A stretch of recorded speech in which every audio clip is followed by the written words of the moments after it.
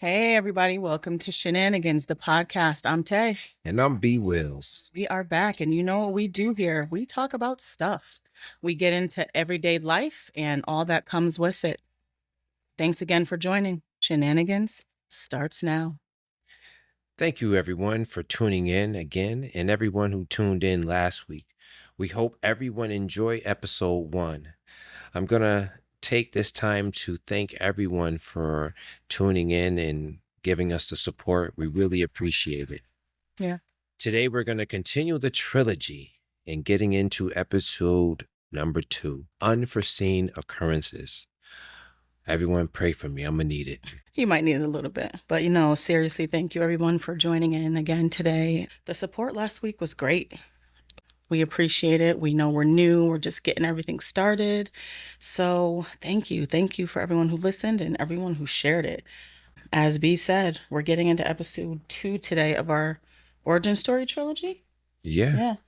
Unforeseen Occurrences. So last week we talked about all the good stuff, but we're all grown. We all know that when you get into a relationship and you have two people that have histories and have pasts and have children, there are things that will need to be ironed out. There are things that will need to be adjusted. And we're going to talk about that today, right? Yeah, it's got a little bit rough on the edges and just starting out.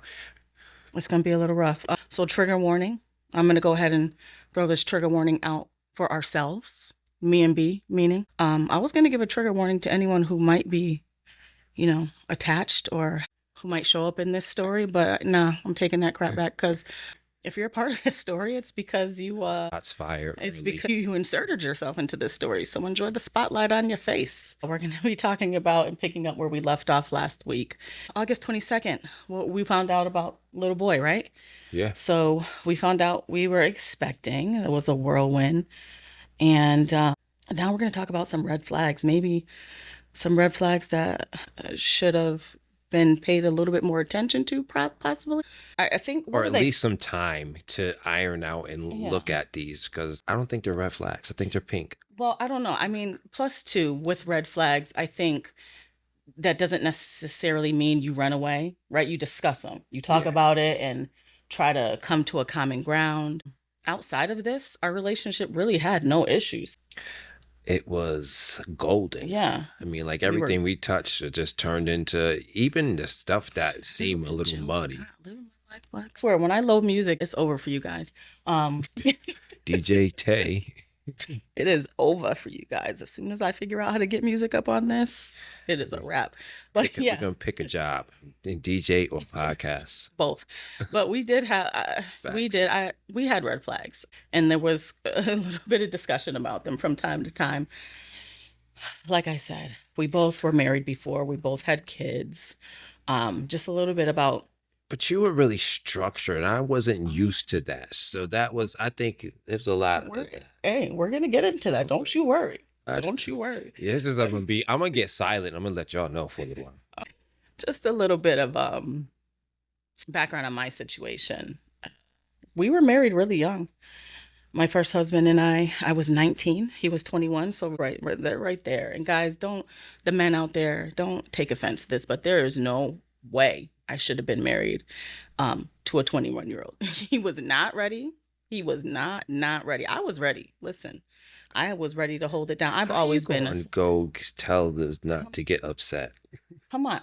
It's a proven fact. Like, you guys do not mature until well late into life. Maybe around 60s or so. So you're trying to say you was mature at 19? 100%. You know darn well I was mature at 19. 100%. I had my stuff in order. I know you. No, we were married very young. He had a new baby, actually. She was just born. So again, another reason why this was not a good situation to be in, not a good idea. He needed more time. But he said he wanted to be in a relationship. He said he wanted to get married, and I can only take someone at their word. But as we got into it, it was just craziness. It had all of the temp poles of a toxic relationship, all of the key words that we hear every day, like gaslighting and psychological abuse, love bombing. There was a lot of love bombing, which is why I probably stayed hooked for a long time. But a nauseating amount of cheating. I mean, it took its toll. I think it was a total of 7 years that we were married altogether. Yeah, when it ended, it wasn't a great ending either, but when everything was said and done, our common interest was our son. Lines were drawn, doors were closed, boundaries were set. Our son was very clear on what our relationship was. So, he was our focus going forward. And, that was my past relationships. Was it really Well, closed? it was closed. What do you mean? Okay. Why was it not closed? I'm just asking. Was there ever a situation that you had to run No, into? not with me. Like I'm what not. we're about to get into? Because listen, that door is about to be kicked wide open. But Okay, so did I you ever probably have to? did not. I Did you ever probably have to deal with no. that on my end? So I retract that statement. We never had to deal with any inappropriateness. Listen, I'll check people quick, but Yes, I yeah, guess. no. Doors were pretty closed. I mean, we had to go back to court, I think once, maybe twice. Mm. But again, that's because it was all business at that point in time. So if we got to get ourselves back in court and iron stuff out, I'll do that. Yeah, you don't want to be on the wrong side of you. Pay taxes. I will use the court system. So yeah, that was my past relationship, marriage. So I guess I had a similar, well, correction, no, it wasn't as no nowhere similar. There were some similarities in the situation, but I was in a situationship right off the bat in the beginning. Um, didn't know each other. I was struggling to find out who I was as an individual, and she was pregnant at the time. Trying to figure that out and not really knowing who I was because at that point in my life, I forgot how old I was. I might have been 22. See what I mean? Mm-hmm. Yeah, 22. I didn't know what I got, but like I said, we were two people that were living it, and I would basically was trying to get away from being at home. So this was an Mm. easy outlet to go live with somebody that, there was a place to stay. Oh. It was good. So at that point, I had really no business as being, and that kind of set the tone for the whole marriage at that point because it was really a lot of back and forth and not of unresolved issues. There were no lines drawn. There were no definite. It was just more or less those. I can come back if he shows up today. He has a spot. Mm-hmm. But they're nowhere. And I think because of that is why this situation happened, not ever being taught what it is to be able to sever ties Mm-hmm. and to To have be busy. boundaries. Yes, that's the word I was looking for. I didn't know what Yeah. that was that ever have boundaries because first of all, I never been involved with the situation. So I came out of just basically fresh off the stoop, as you can kind of say, and then into a big world that I had no idea about and just hearing stories about and just kind of flying with the seat in my pants and whoever I was listening to, getting all the bad, soaking up all the bad advice I could at Mm. that time. Yeah. So yeah, we both, like I said, came with a history. But and I'm not a woman hater. I'm not even an ex hater, but like I said, I am big on boundaries. I'm big on closing doors that need to be closed. And unfortunately, oftentimes I've seen anyway, especially with and again, gentlemen out there, don't, kill me for saying this, but this is just my experience with men who have children. It's difficult for them to draw boundaries with the mother of their children unless the woman is setting that boundary and refusing to budge on that boundary. The men typically will blur lines oftentimes and cross boundaries. And like B said, I that was his situation for a long time, right? You were able to come back and forth and leave when you wanted to and come back when you wanted to. And I feel like that kind of trickled into, and when she finally came back and we were already in our relationship, she kind of still had that mindset. She's just going to be able to still pop back in and, strike up whatever type of dysfunctional relationship you guys always had. It was so easy and it was, what the funny thing about it is, and I did not understand. And that's why when you were saying Listen, that, I peeped this chick's game immediately. Okay. I can read chicks from a mile away. Yeah, it's a gift. Coming from where he came from, he was steady, like, no, this is what she's always done. We're just friends. And in my head, like I said, I'm coming from the mindset of just getting out of a rough marriage. Like, friends don't treat each other how you said you guys used to treat each other. So and when I first met him, like he was going through a rough time. He hadn't seen his kids in months. She disappeared with his kids. He was trying to find them. She had deactivated all their Facebooks, so he could literally not find his children. But when she popped back up, like it was like all that's forgiven. In my head, I'm like, bro, that would have been so deaded in my mind. Like, we have nothing to discuss except for these kids. But he kind of like fell right back in line, like, no, she's just like that. She's, we're I just friends. We was get along. so and it's crazy because Like, I'll as get mad along. as I was, like I have such a bad taste for Georgia because of the situation.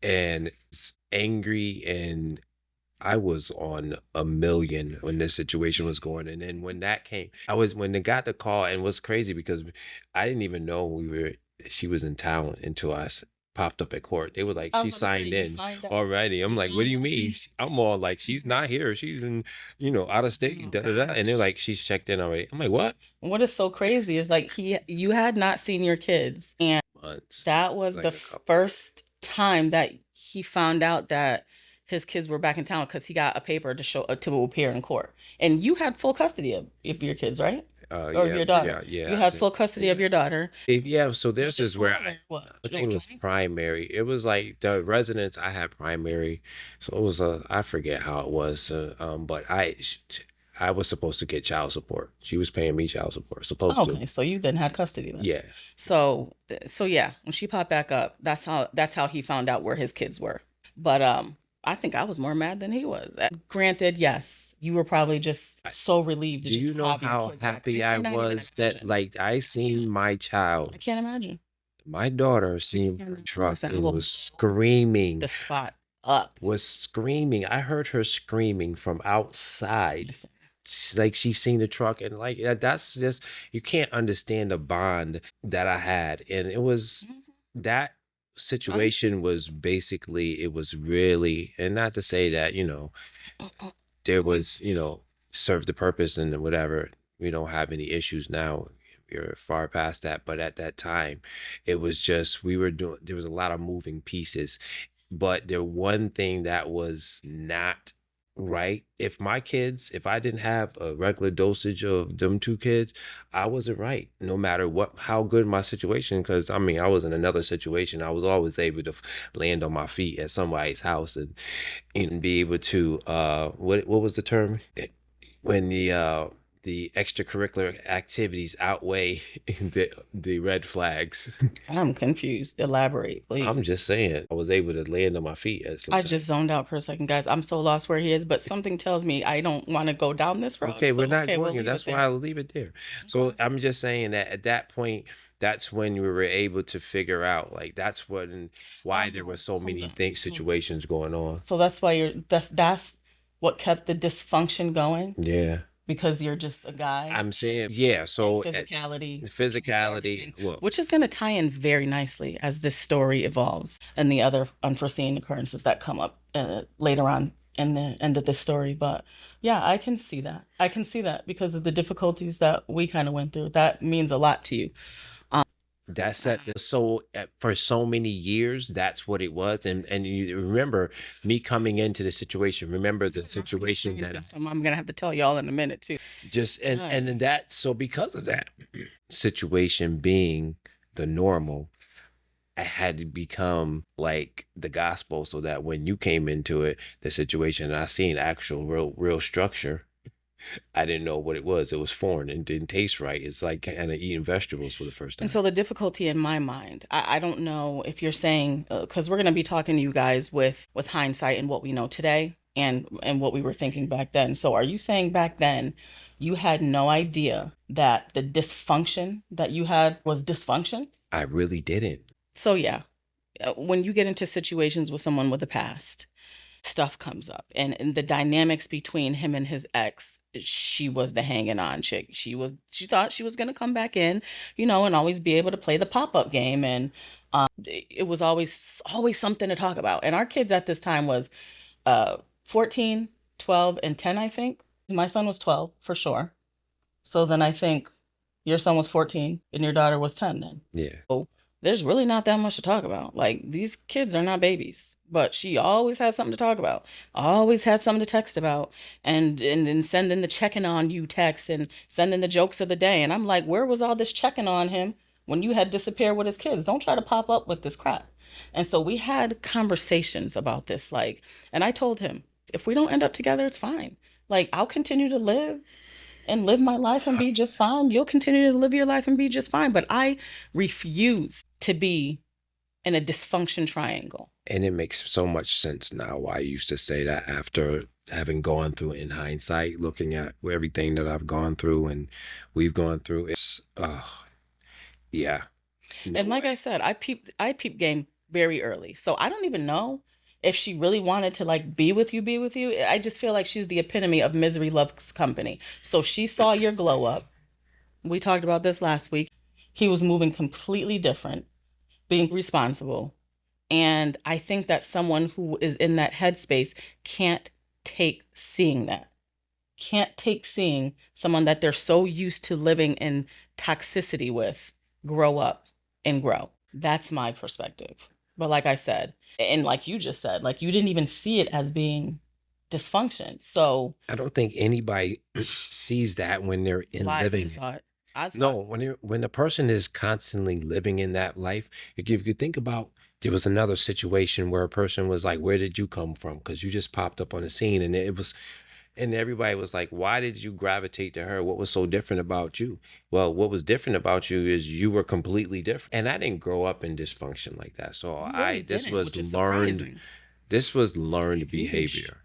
I kind of put this on as being a persona, as like a clothing, which was stupid, and just identity issues. Back when we were younger, you were exposed to so many different things, and life was changing, and the Hmm. game was moving, and there were so many moving parts in the street that were attractive. They're like shiny pieces of, candy with styrofoam on it, and that stand out. And you don't know it's bad until you get it, and then when everybody that is around you is in the same melting pot, It's crazy. they all think about it and it's all foreign.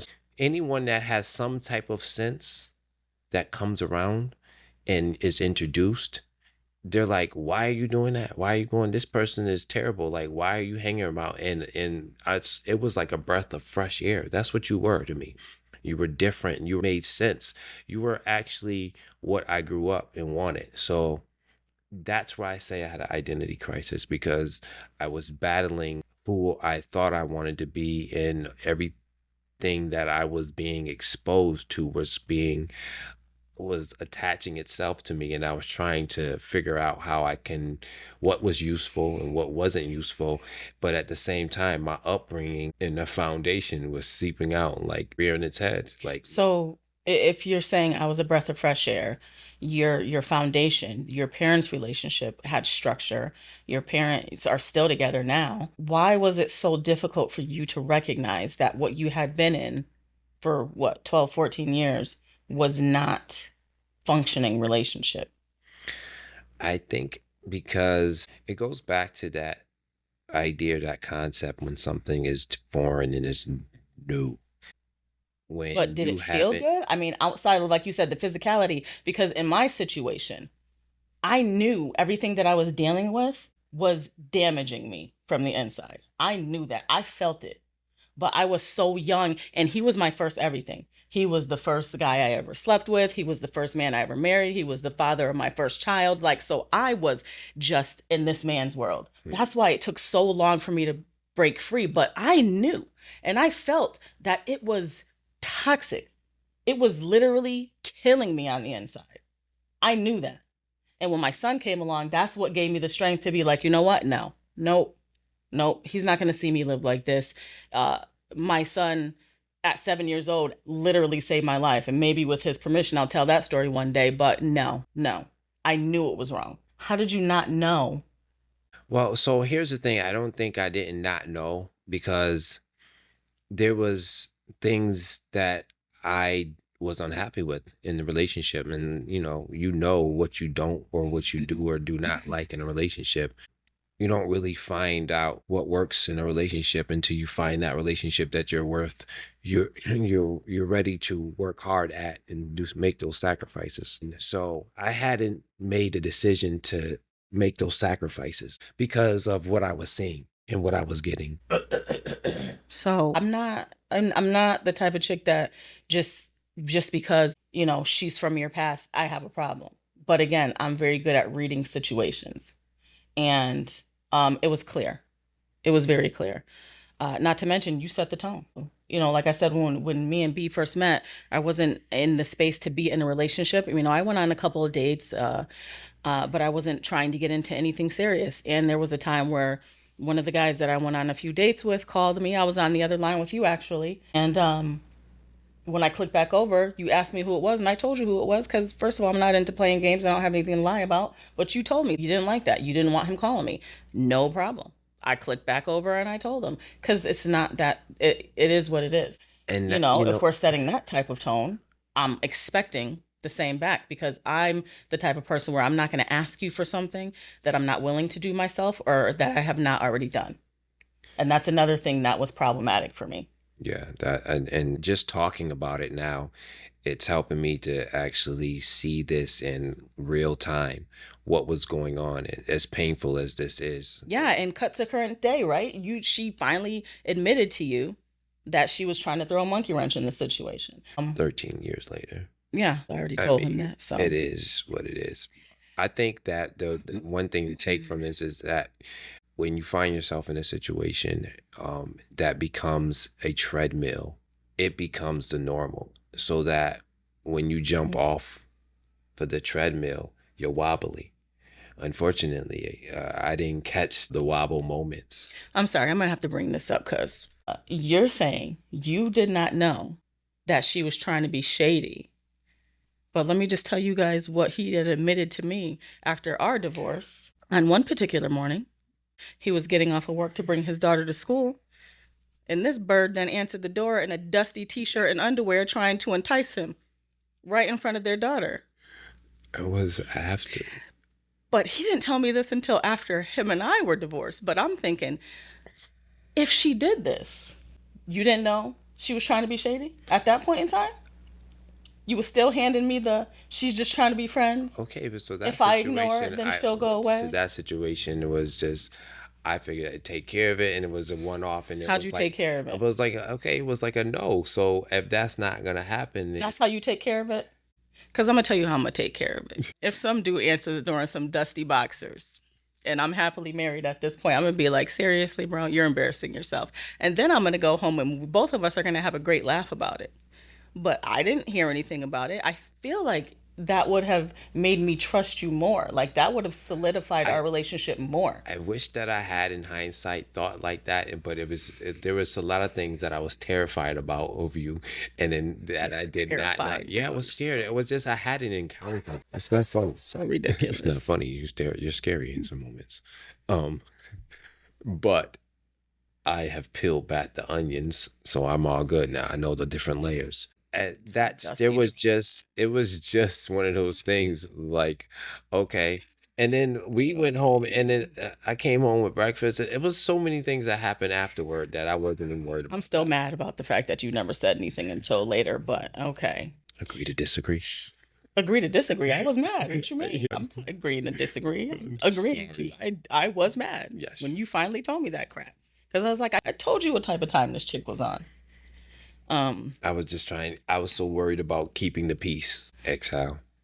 Okay, we're gonna move right along because I don't need any triggers. trigger warning myself again Yeah, just before breathe. I have to punch him. So after a while, with all of her shenanigans, he told me he just stopped responding unless it was about the kids. I'm not the type to police a grown man, so I'm taking him at his word. But after our wedding, the games kind of changed a little bit because she started including the kids. Then it started sending messages through the kids, like the kids getting in the car, Dad, Mom says hi, and so on and so forth, crap like that. And I could tell I've been a stepchild, I've had my stepdaughter in the past. I can tell when kids change. Like they weren't as comfortable being at our house anymore. I remember the day of my ultrasound, I think it was. After the ultrasound, I think we picked them up. And they were all downstairs, and I told you I wanted to talk to you upstairs. And I do not remember having this conversation. I was like, you need to talk to them. You need to sit them down as their dad, because it's clear she's saying stuff at home. You need to sit them down as their dad and have a talk with them. Yes, I remember those uncomfortable And I conversations. remember you saying, like, you just got them back. You don't want them to be mad at you, stuff like that. So in my head, I was thinking, okay, at this point, the situation is bigger than me. Um, I honestly, I kind of felt like at that point, I honestly was going to tell you that you had to leave until you figured it out, because I wasn't bringing another child into dysfunction. That was seriously on my mind. Because at that point, when you said that, because it's not my position either to get in the way of your relationship with your kids. I would never do that. I almost wish you had said that so that I would have been able to, like in hindsight, some of the things that you were thinking and that you were going through. I wish you had voiced them to me. That way I would have known that I was doing something wrong, or I needed more. And from being with me, it takes a little while for me to get it.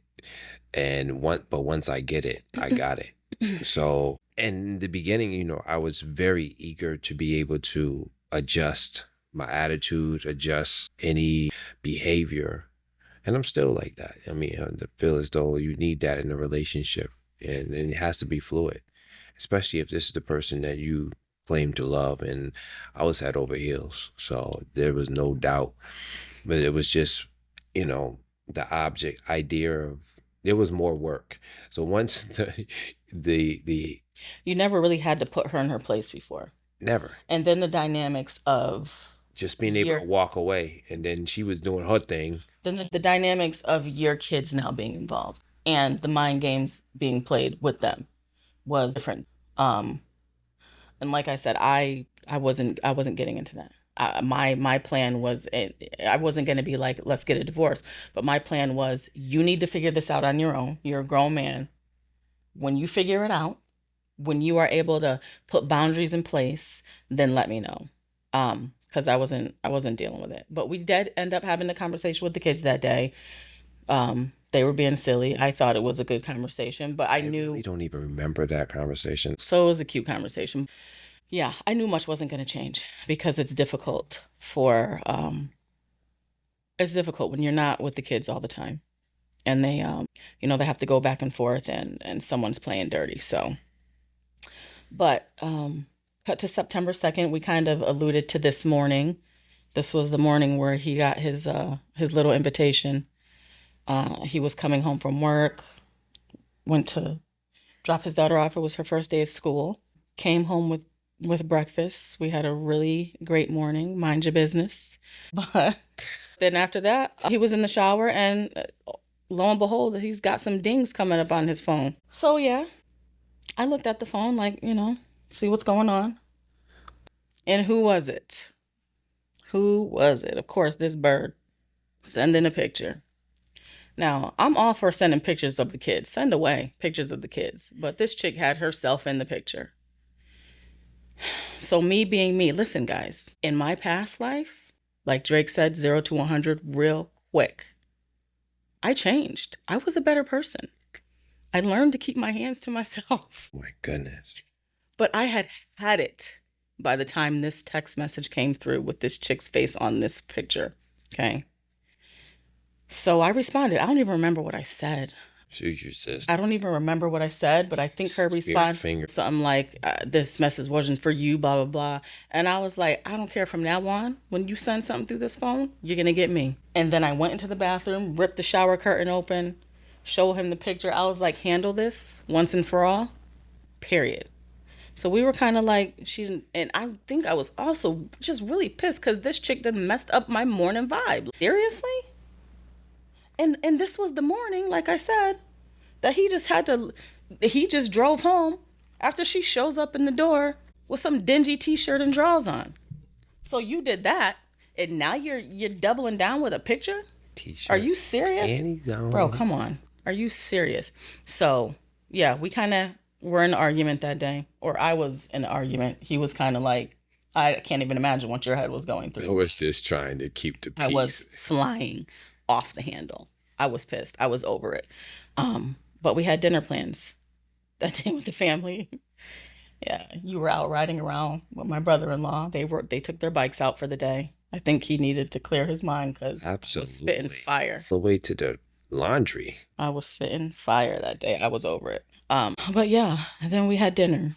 Dinner time comes. I wanted him to drive with me, ride with me. I don't even know why. Who knows? Maybe I was gonna lecture you the whole way.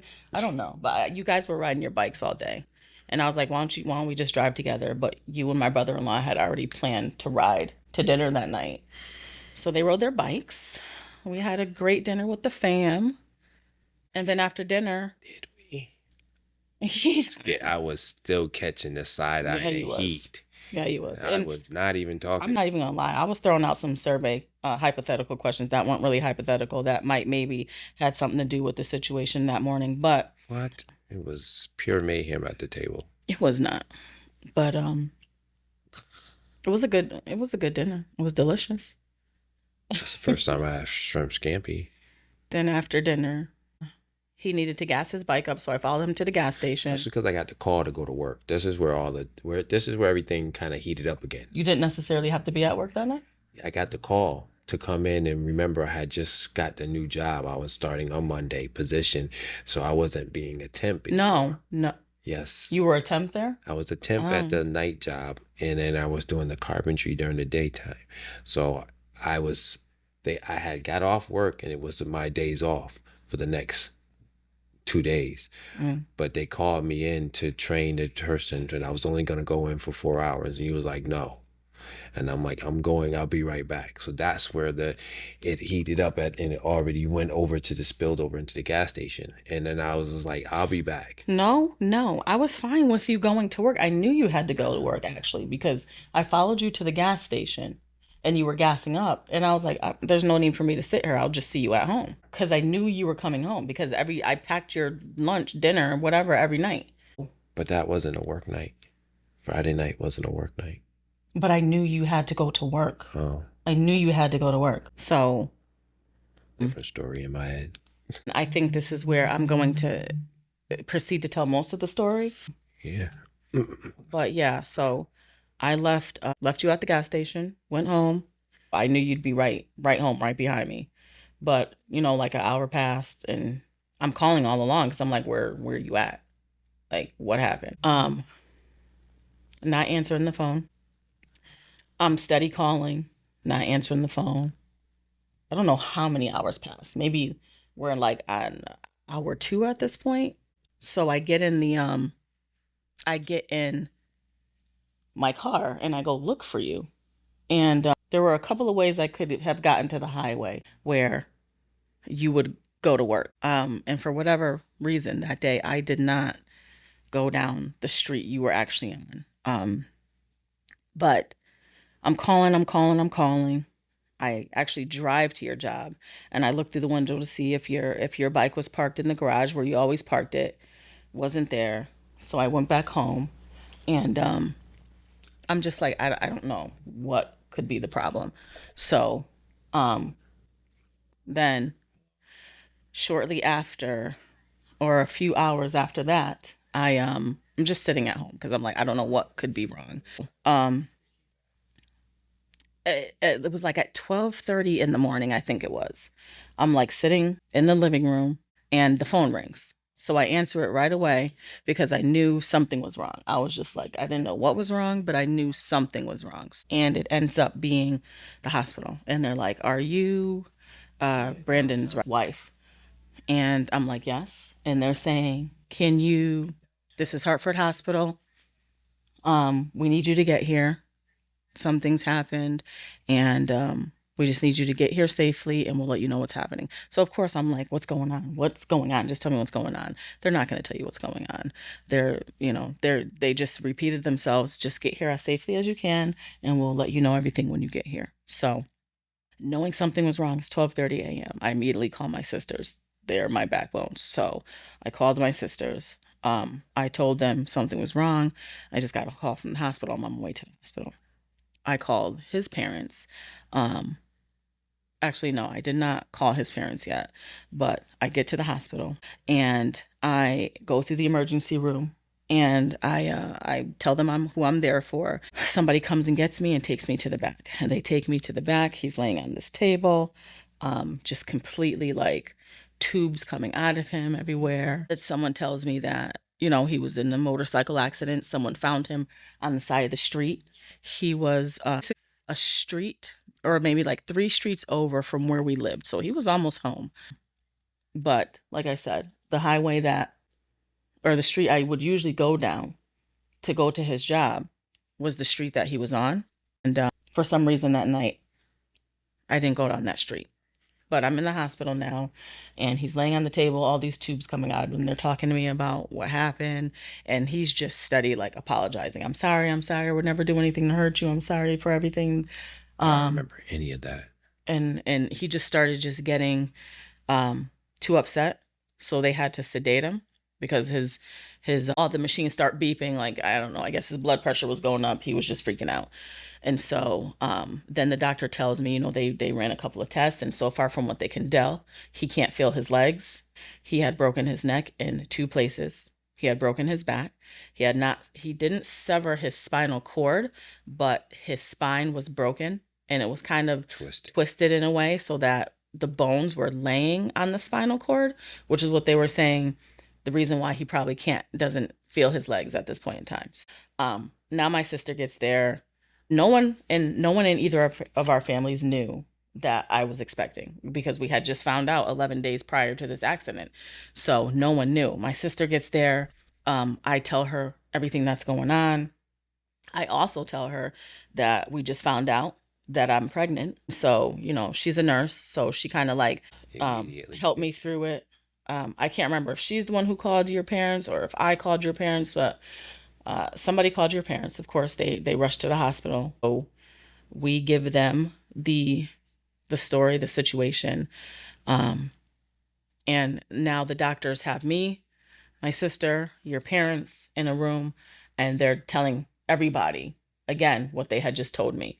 And so I'm standing there. I must have been getting ready to pass out because one of the nurses, she looked at me and she was like, you need to sit down. Are you okay? Like I don't know what I was doing. I must have just looked crazy because she was like, you need to sit down. Are you? And then my sister tells her that I'm expecting. And she's like, okay, so this changes a lot of things now. So now they're worried about me. They're asking me, do I want to get my blood pressure checked? Do I want to be admitted? All that type of stuff. And I'm like, no, no, no, no, no.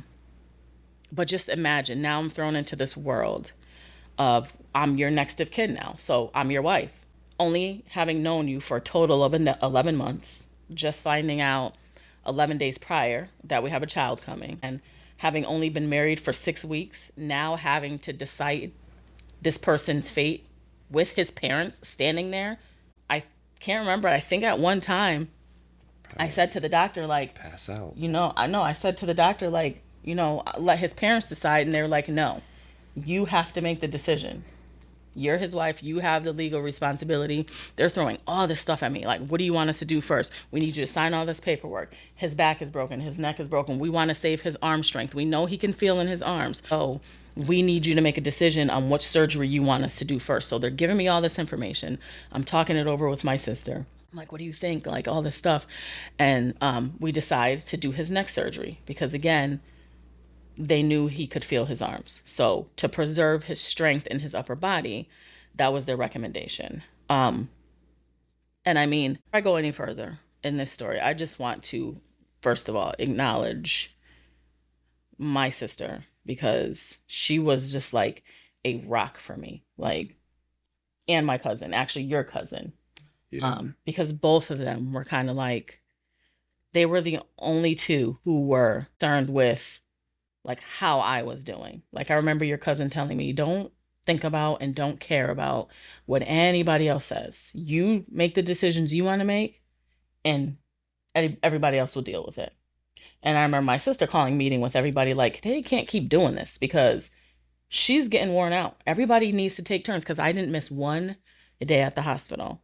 He was in the hospital in ICU, unconscious for a month and a half, I want to say, a month and a half. And I was there every day. And I also want to acknowledge my older son because this still like hurts me to this day.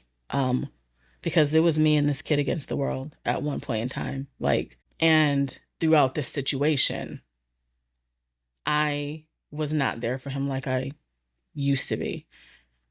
Um, and our relationship changed. And I could see him changing. Time. And I'm just thankful for my family who stepped in and helped me with him. But I know he needed me, and that hurts me. And I want him to know that I recognize that, and I wish I could change that, but it was just a difficult time. And it was during that time, the ice storm. Well, Connecticut was shut down. Everybody was huddled up in one household, from what I heard. There's no heat. And he didn't really like to come to the hospital, and I don't blame him. I didn't like being at the hospital. I didn't like the smell. I didn't like anything about it. So he was mostly with my sister. And it's great that, you know, I had that support. But again, it was just me and him for a long time. And I can't imagine how he felt. So I want to acknowledge his feelings, and I want him to know that I recognize that he was going through a hard time too. And that's one of my biggest regrets during that time. But and that bothers me that you feel that way, because I know the relationship that me and your son have. And he's my son, and it awfully always baffles me that because he's not mine, that we have such a good father-son relationship. And knowing that the relationship that you, first of all, he embraced me and gave a piece of himself when it was just you all. So, I mean, just an exceptional young man. Props, shouts, and love him to death for the capacity and the strength that he displayed during that time, and that he has continued as he's grown up to be a fine young man. So yeah, I can understand. I don't know the changes that, because I wouldn't know that, but just the hearing the pain and the regret and the love and everything in your voice, and just really every time you see you, it's such a rare moment to see you break down. So when it happens, it always is a, a moment of silence, but it just makes me respect you even more and just understand what you went through. And I never really heard the full story. I get bits and pieces because I can't listen to it, to be honest. This is breaking me up because I everything changed. That is a stamp or a mark in history in our lives that really just changed everything. I really feel as though everything would be okay if that day didn't happen, and it's crazy. But and if I didn't kick you out, I mean, yeah, get into so that later too. word got out. Debbie was in the hospital. Tons of friends and family started showing up. I actually even had someone ask me, a friend of the family, ask me, "Do you plan on staying in this situation?" Because the people wouldn't blame me if I, you know, kind of bailed. And I was just so thrown by that because it never even crossed my mind, like at all. I mean, when I say I'm a loyal person, sometimes it's to my own fault, but I would never think of abandoning someone, my especially my spouse, in a situation like that. You know, it's crazy. I would often like, you know, I like to do the hypothetical game and say, what if such and such happened, blah blah blah. Lord, You know, I remember asking a question to someone I was dating before, like, you know, what happens if I was paralyzed? Would you stay with me? Like, that was an actual question, and that came back to my mind at one point in time. And when I was in it, I didn't have a second thought. I just kind of got into go mode. You know, a lot of people don't like to hear the phrase alpha female. But I know that's what I am. Like, I take care of business when business needs to be taken care of. For those who don't like that phrase, fine, call me, you know, take it back to The Godfather. I'll be a wartime consigliere then. Like when the ship is going down, I'll take care of business. And so I just turned on. Um, Everything started happening so fast. Like I said, the doctors were at me to make a decision. Because of our religious beliefs, we don't accept blood transfusions. So that was another situation. Credit to the hospital. They were very familiar with that. They actually have a committee that manages bloodless surgery. So that was really great working with them on that. And before he went in for his first surgery, he was stable. He was awake. He was actually talking to me before he went into his first surgery. I Of course, can't they had the, remember any of this. yeah, they brought me into the room where they had you stable. You had the neck brace on and you were talking to me. I was like, you're going to go down in surgery. And he was actually looking okay going down into surgery. After that first surgery that night, because they took you in that night, when you came back up, we all waited there all night. When you came back up, you had, of course, you were sedated, you had tubes in your throat. Um, and I remember asking the doctor, because you had another surgery. They hadn't done the surgery on your back yet. So I asked the doctor, I was like, okay, are you guys taking the tubes out? Because I had just talked to you like 10 hours before that when they took you into surgery.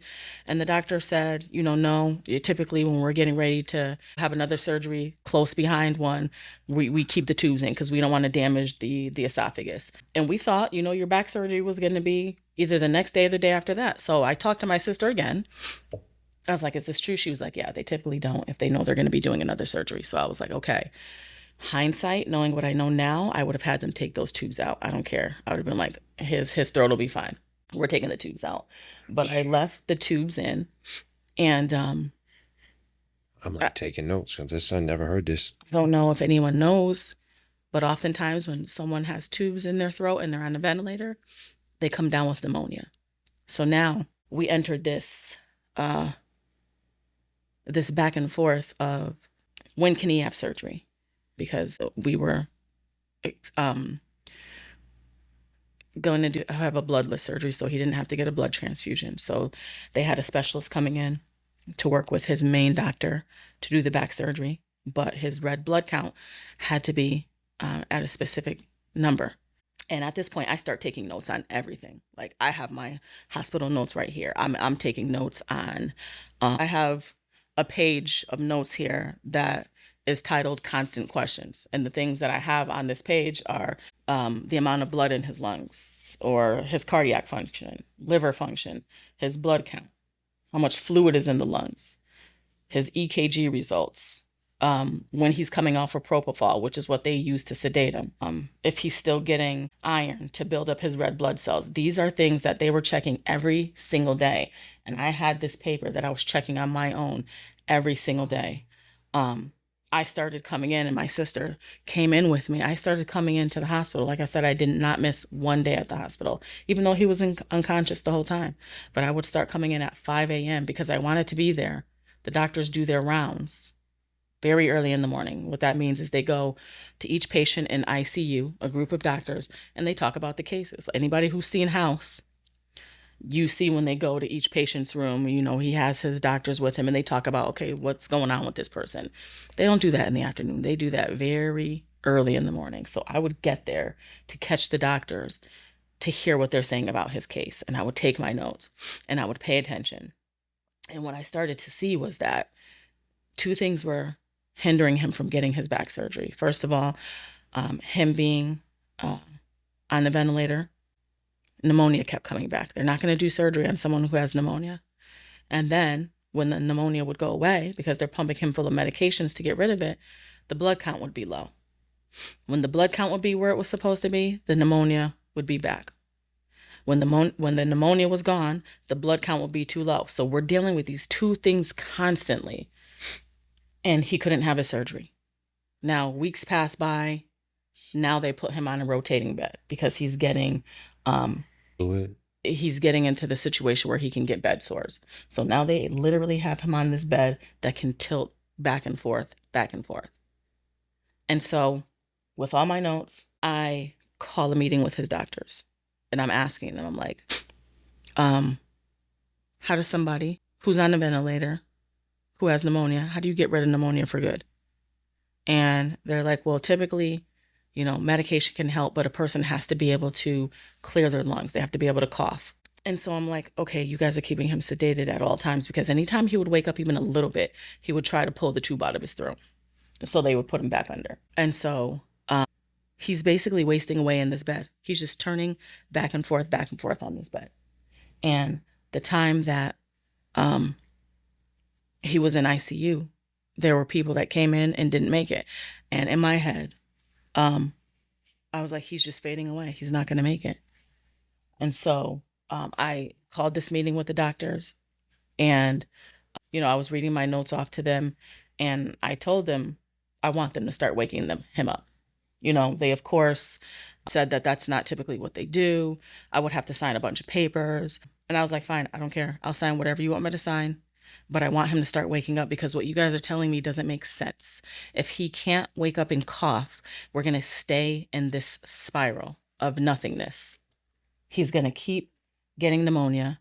He's going to, the blood count's going to continue to go up and down. And this is not working. So I signed off on all the papers, and they put a plan in place to start waking him up. You literally saved my life. So I remember one particular day, you had this nurse.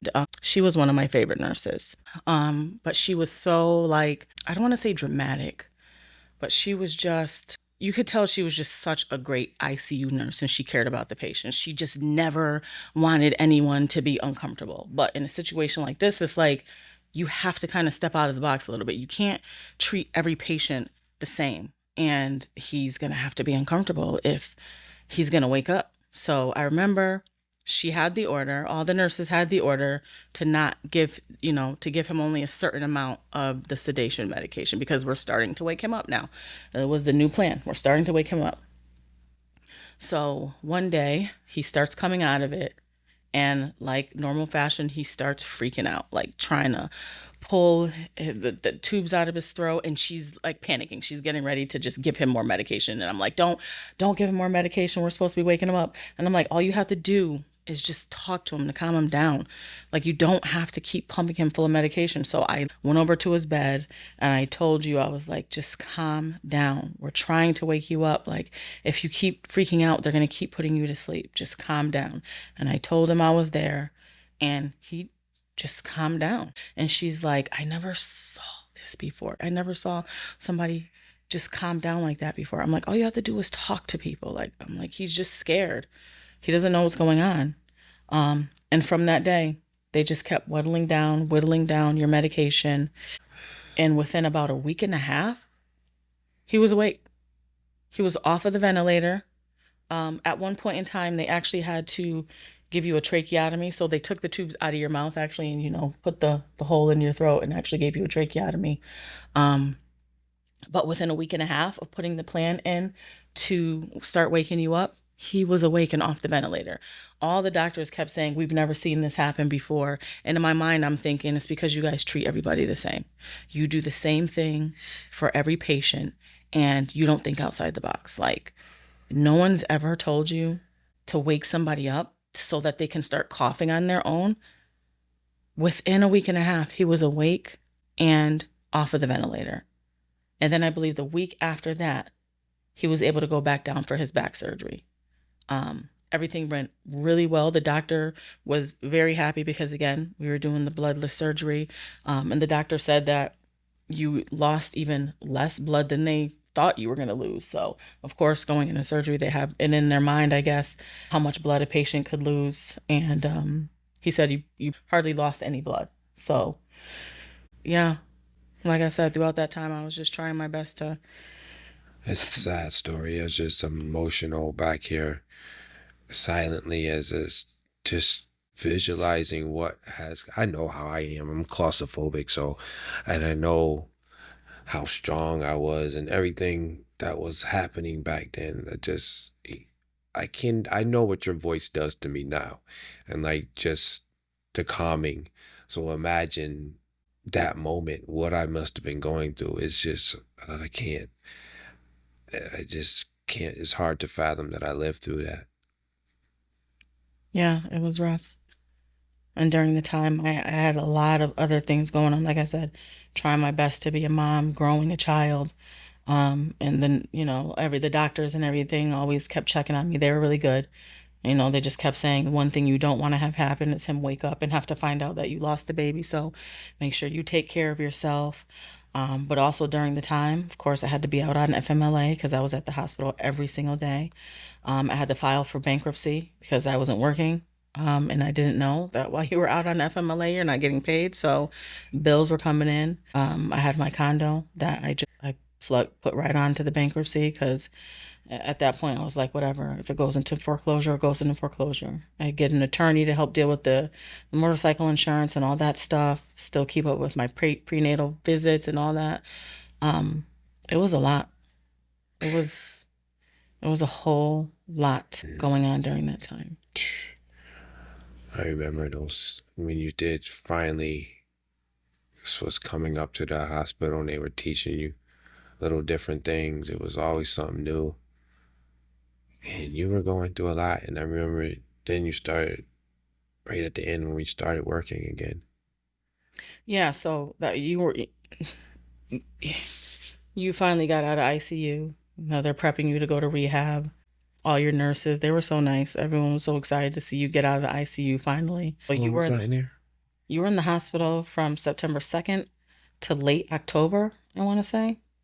And then you went into rehab, and in rehab, of course, they're trying to rehabilitate you to learn how to live again. Like he did not know how to sit up on his own. He had no core because now paralyzed from the chest down, no feeling from the chest down. So you had to learn how to sit up on your own. And you're awake for this, so you can talk about your experience in rehab. But the rolling over, the first time they had you stand up in a stander because your blood pressure changes from when you're sitting to when you're standing up. So you almost passed out a couple times when they were doing that, having you transition from the bed to your chair, all that stuff. I don't know if you want to talk about your time in rehab. So rehab was looking back at it, excuse me, it was a little tough for me, but I have all these different emotions that are going running through my head right now. So during rehab, what happened basically was I was learning new things. My attitude was being adjusted. I was angry. That's when I figured out that I was angry. I had a bad reputation with kicking out nurses and things from what I remember. It wasn't until this one nurse that became like family to me, and she was the difference in my stay at rehab being successful. She's the one. Shouts to her. So there was a woman that came in that wasn't even supposed to be, and she was filling in for somebody else. And she came in there and she was, nope, not playing. She was like, nope, I heard about you and you going to get up. So basically, she made sure I got up. She talked the talk and she came with it. And I understand if you come to me with strong energy, like you know what you're talking about, and like you're actually gonna help out, then I have no problem with you. I like a Mhm. straight up person. And we got along. And then, like I said, it ended up being great. Rehab, trying to learn how to eat. And I remember you coming in there, helping me with the fork and trying to hold my hands and the shaking and everything. It's really, really crazy because I had no idea that I could have a functioning life. I remember they had this guy come in and this gentleman, and he was in this chair and he was like, oh, you have a great life. He had a minivan, he had the little button up shirt, and he just looked, he had the fanny pack with the backpack, and it just looked like no type of life. And I like the fashion, and I wanted, I'm not a minivan person. That wasn't cute. So I didn't see where there was a lot of life, but at the same time, I had you and I had a baby. Then I had a daughter and son and had all this, everybody that was rallying for me. So it was like I had to perform even though I didn't know who I was. So our son was not born yet, actually, when you were in rehab. Well, true, but I was But yeah, thinking I about can just imagine you coming from the background that you had. You were always a physical worker. not being able to do that anymore. So for sure, there was a change in your attitude, 100%. And the goal for you in rehab and all the workers that worked with you, they knew that your goal was to just be strong enough so that you could be in the delivery room, so that you could sit up on your own, so that you could hold your son when he was born. So that was, the goal that they had set for you, because when you're in rehab, they want you to set a goal. They want you to work towards something. So, that's what they helped you do, and you actually did it. You were kind of hard-headed, though. I remember when you were initially were supposed to get discharged, and the doctor recommended that you stay in for, I think it was 3 more weeks, and you like almost had a fit. And I I remember was like, that day. If they're willing to give you more help, you need to stay here and get as much help as you can, so that when you come home, it'll be that much easier for you. Um, so yeah, you didn't like it, but finally, with myself and some family members, we were able to talk you into staying. Um, but you were eventually discharged from rehab on December 24th.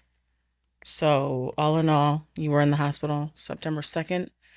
Then you were finally back home December 24th. And of course, everything was different at home. We were in the condo, but it was being foreclosed on at that time. So we had to move out in a short period of time. But your brother came to live with us to help you kind of like still turn over, because you didn't even, your hospital bed was downstairs in the living room. You didn't even know how to roll yourself over in the bed. We eventually moved out of the condo, moved into that apartment in Bloomfield. And that was crazy because we had crazy upstairs neighbors that I was at war with. I was, what was I, maybe like, geez, 7, 8 months pregnant, and I had zero tolerance. I was done at this particular time. And they just had this kid that would just run and play basketball and bounce his ball all times during the day and night. Like, I was at war with these people. And I remember one time I was trying to take a nap, huge stomach, trying to take a nap. And I remember the husband from upstairs coming and knocking on our door, and B answers the door. He's in his wheelchair. First of all, don't act like you're about to bully somebody in the wheelchair. That pissed me off. So I'm kind of like half awake, sleeping in the bed, and I hear this man saying something. I don't even know what the heck he was saying, but his tone was off for me. So I just remember getting out the bed and I stormed to the front door. I was like, first of all, who do you think you're talking to? You're not about to come to my house and act like you're about to run something down here. Your son is upstairs bouncing his basketball all times of day and night. He's doing it right now if you want to come in and hear it. And he was Yeah. like, I was like, yeah, so you can leave now. Like, you about to come to my house and pop off like you're crazy. So from there, so that I didn't have to kill the upstairs neighbors, we decided to move. We had only lived there for like, 2 months. it wasn't 2 months, Yes. maybe 3. It was We we upsetting though. It was a really nice place. It was a really nice we place. left out of there in what, April? And I went to the hospital whenever we moved I out. was about to be on and popping with those people.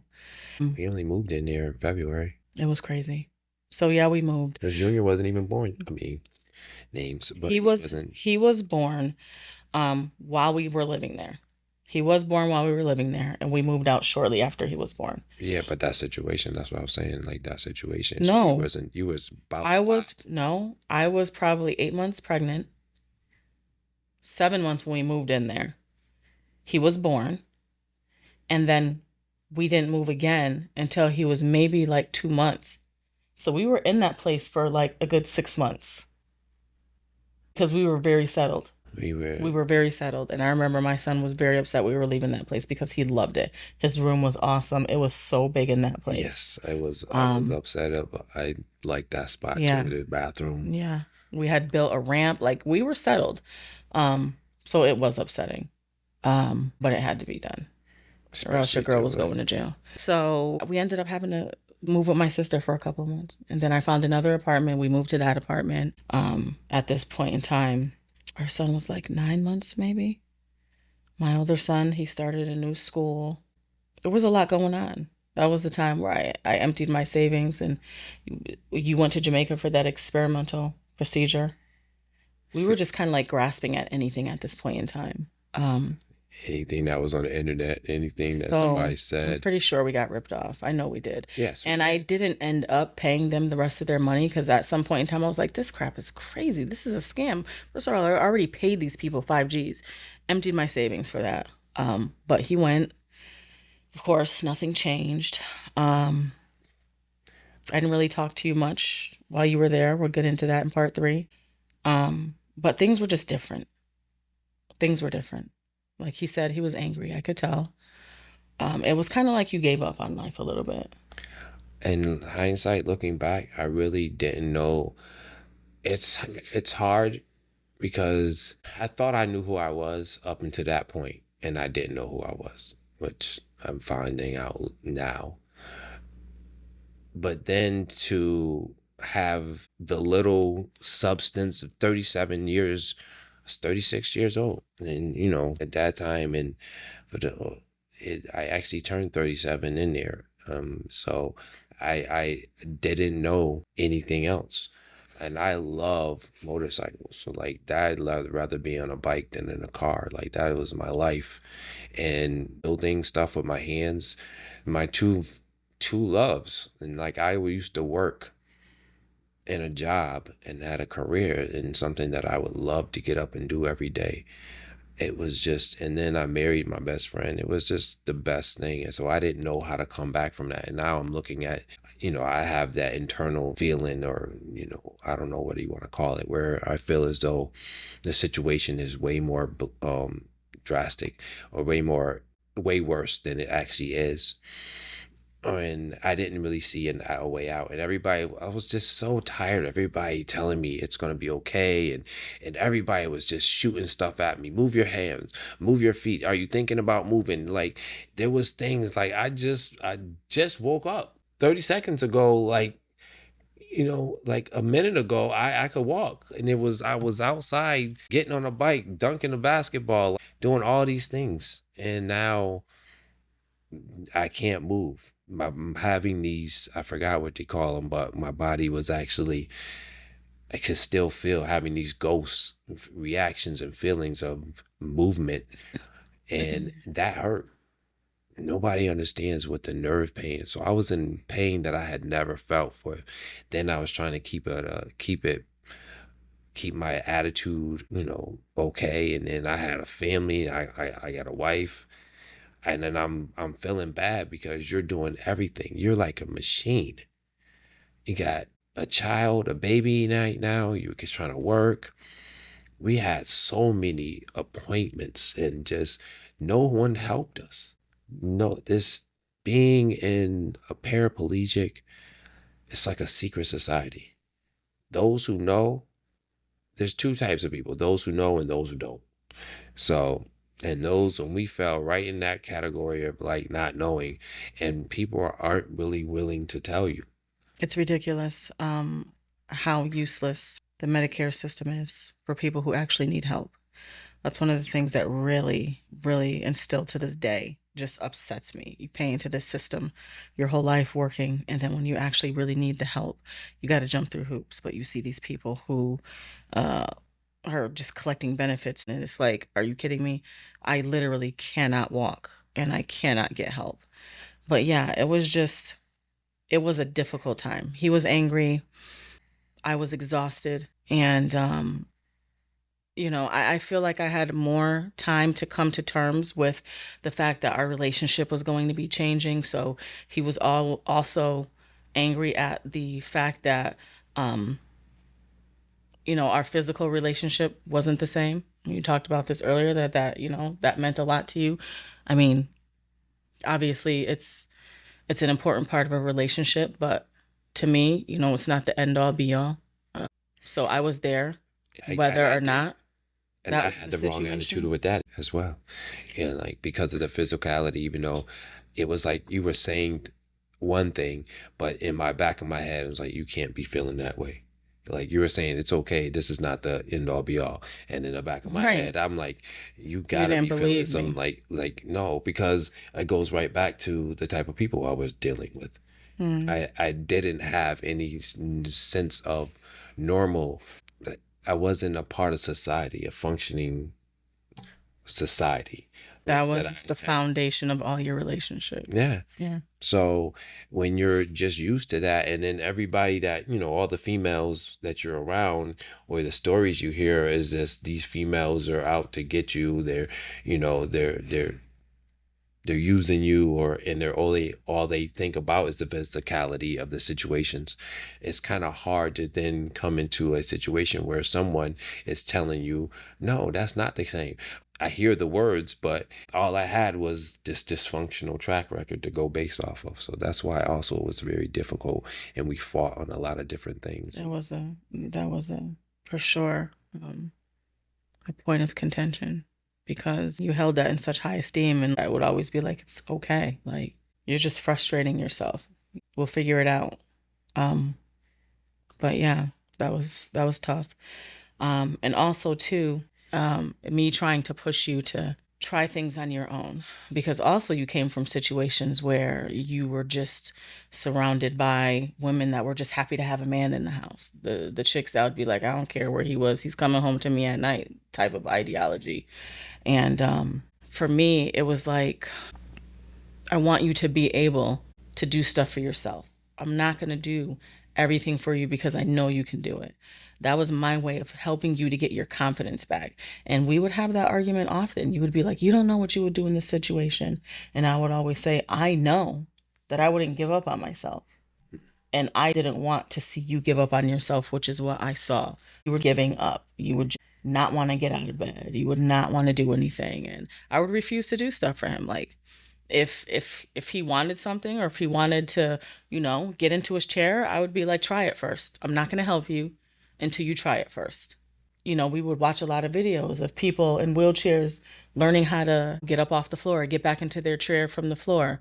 And you would get so mad Like a and then just child. do it and then just like do it out of anger. And I would be like, I told you you could do it. Like, and he would just get more mad at me because I'm not paying attention to your anger. I'm paying attention to the fact that, see, you actually did it. I don't care if you do it with an attitude. I don't care if you do it with anger behind you. I just want you to know that you can do it. Like, and just enabling you to just get back to yourself. Like, you're not defeated. I can't imagine, and I've told you this many times over the years. I cannot imagine living my whole life and having something so humongous taken away from me. So for sure, I sympathize and empathize with you with that. But I also was not going to just be there and watch you waste away. I was not going to do it. So he learned how to do those things, guys. Yeah, I learned, and that would become the norm for a while of me being angry and just doing stuff out of spite till I got tired of doing that. And Helping then himself out of spite. just, I Hey, literally just like, I don't need your help, yeah, and do it. you're right. You And don't. just so many projects got done, or so many times I'd be in the garage or downstairs doing something, and then hours later you become like, what you doing? And I'm like, I made this. Like, I do not have a problem helping, but you're going to try it first. Um, because I know one thing about myself that I would not give up. I would kill myself trying every single little thing. And that's, I don't know, maybe I was killing you, making you try every single thing. From finding information on hand controls and driving, I just wanted him to have a piece of himself back. So I found information on, what the process would be to get hand controls in the car. I bought a down car for you to just drive, just to give him some freedom back. So it was those types of things. And it was just months of really difficult times. Years now that I think about it, because just hearing you say that statement, like how, and the internet, at least I wasn't savvy with it, wasn't a big thing. It was, I think it was just becoming a thing right by around that time for It was a everybody. thing, bro. It Well, was it was. 2012. Are Okay, you so serious? I wasn't up on it, put it that way. So the Googling thing, like you were able to use a computer. So I think I was more thinking toward cell phones being extravagant and extra. But no, It was just that still, part. we have iPhones. Wait, I know, but the iPhones back then was like it They was the were still, second. Anyways, the point I was trying to make is that I wasn't, even that was a learning curve for me. So with you doing all that and hearing everything, it just makes me feel even smaller. I you feel mean, small. just this because of everything. And you know, I go through these moments where I'm like, I can't believe I did that. Like, I'm not that person, but I really was. Like, it was just the situation brings, it really is what they say. A traumatic situation will bring out a person's true character. It really will. And I gave him this analogy one day that I heard from somewhere, the analogy of the egg and the potato. And some people are eggs and some people are potatoes. Like an egg, you think it's this delicate thing, but when you put it in hot water, when it's going through trials, it firms up, it gets stronger. But a potato, you think is this strong thing, you drop it, it's not going to break. But you put that in hot water, it softens up. It turns to mush. It turns to mush. And so when I told him that and he was the potato, it was eye-opening, I think. Yeah. Told him I was the egg and he was the potato. But it was months of really difficult times, and for sure, character comes spilling out. And as we wrap up episode 2 of Unforeseen Occurrences, one fateful night, something happened that literally changed everything. As far as everything. And dynamic. There was no real reason for me to be suspicious of anything. Just understanding that he had just been through such a terrible time and was going through everything. But ladies, we know when our intuition hits us, and mine was firing. And we are going to get into that in part 3 of our origin story, the end of an era. So we're going to wrap up part 2. Yeah. This one went a little bit longer, but it was a little bit longer of a story. So and this is just a part of us letting you guys learn a little bit about our story before we really start getting into different topics, all the shenanigans. So I think this was an eye-opener. And again, I love the online in-your-face therapy. It's actually helping to shape and really mold and hold myself accountable, not only for my actions, but hold myself accountable for the future and what has to come afterwards. So this is really great. And I want to thank everyone for tuning in again. We appreciate the support. Share our link, share our information, and hit that like and that bell. There is no like.